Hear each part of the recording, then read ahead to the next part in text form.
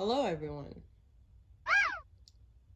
If you're new or have been here, please like, comment, and subscribe, and share my video if you enjoy my testimonies or things I've been dealing with. And I think today I am going to talk about desiring and how these desirings can be used for idolizing and manifesting and allowing the devil to deceive your mind. And it causes confusion. So I will like to say I will admit that I used to go on YouTube a lot. Well, I still do. And I used to look at prophetic words a lot. And it left me confused a lot. So what I am saying to you at this very moment, watch out for prophetic words. Most of these prophetic words are not for you. And a lot of them are just false or not for your season. There are some that are good, but a lot of them are bad. Or, a lot of them, I hate to say, use prophetic words as like and attention for a buildup or a come up. And there is people that will use God's name in vain, just like they would use anyone else for attention. And I heard of test the spirit by the spirit. And you always got to take it to God when you hear these prophetic words, if you're going to still be bothered or entertained with it. But be careful, because I'm telling you, those will confuse you, and it will just feed more of your desirements, and it will make it to a big idol, and you would have trouble of what God is telling you.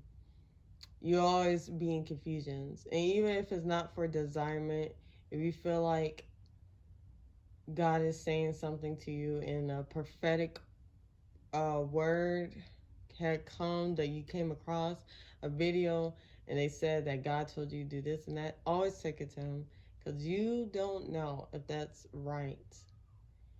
And don't run with it. And watch out for the ones that are doing prophetic words every day. It takes time for God to give you a word. And I'm going to be honest, for what I think, God would give you the word or vision first, or he will have someone close to you, or someone he knows that you seek or pay attention to, and you just know their spirit is right. You will see it before it gets to someone that you stumble across. So be mindful.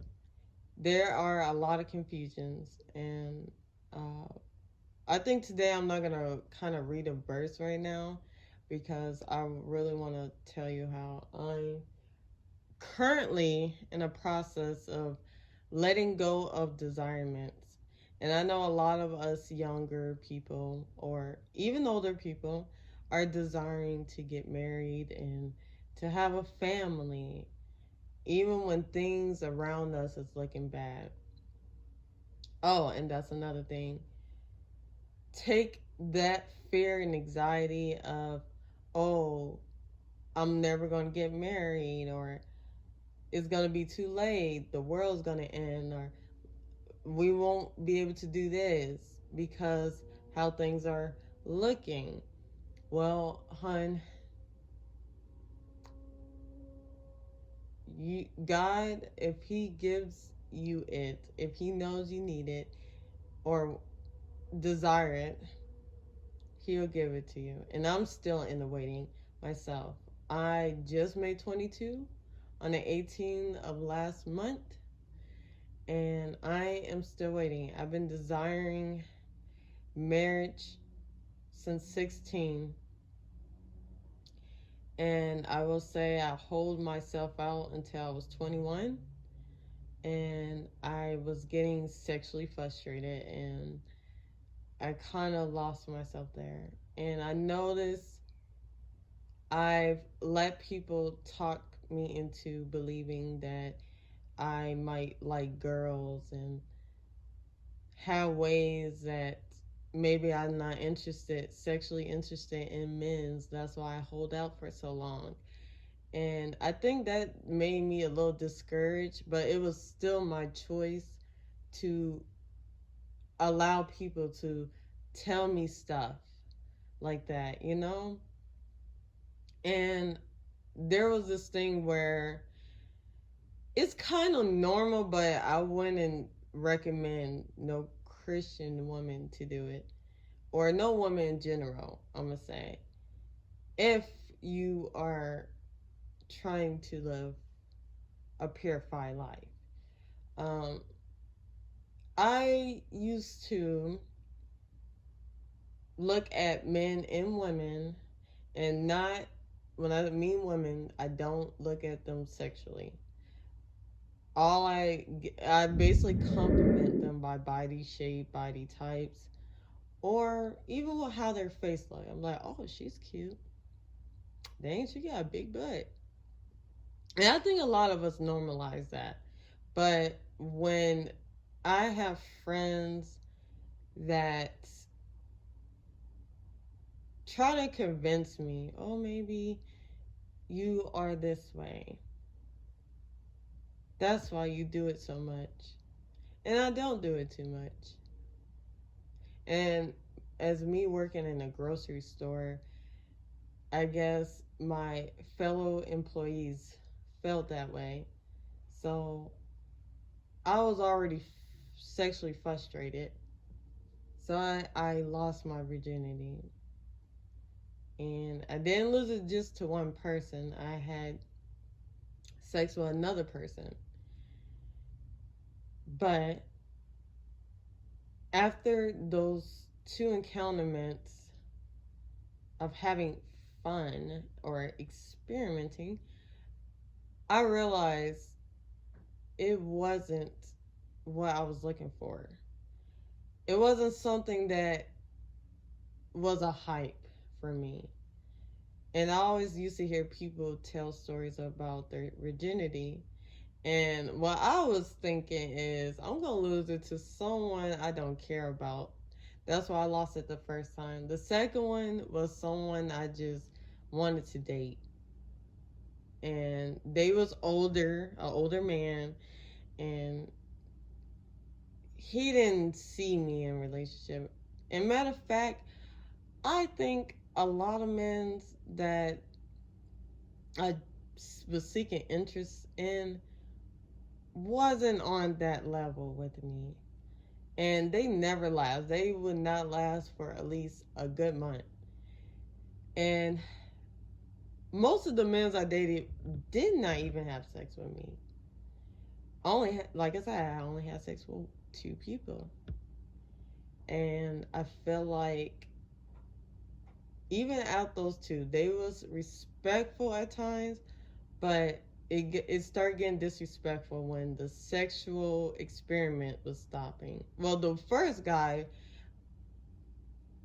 that was just a day, and I didn't talk to him no more. Now that was my choice. The second one, it became a attachment. It became something that I wanted more. But the only thing that turned me off, that made me just became so strong of leaving that relationship, not even thinking about it, is when I said to him, I was submitting myself to God. after dealing with this uh, friends with benefit relationship for like 2 3 months. And when I told him, this is not me, I can't have sex anymore. And he laughed. He said, "You really gonna give this up for a man with angel wings?" And he starts saying some really messed up stuff. And it turned me off about him. It made me not even care about him in that way, but I tried to get him to understand or change his ways. But he didn't want to change, but you can't change a man. So I just left it alone. And I'm going to be honest with you. It was one time that I had a dream when I was messing around with him before all that happened. And I remember seeing my cousin, one of my cousins I have not even talked to in years. He said, "You're going to miss out on a person you are meant for." And he was talking to me like as if it already happened. He basically told me that I am pregnant.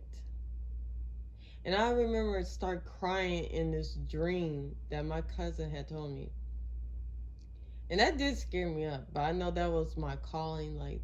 That's the way of the Lord saying, "Stop what you're doing, leave that person alone, and be back on your A game." And even though I had sex and lost my virginity at the age of 21 or last year, I'm not gonna let no one convince me, "Oh, well, you already did it, it's too late." No, it's not too late. So I rebuke that lie in the name of Jesus. And I think I'm gonna keep it short like this, but I know that was a lot of stuff to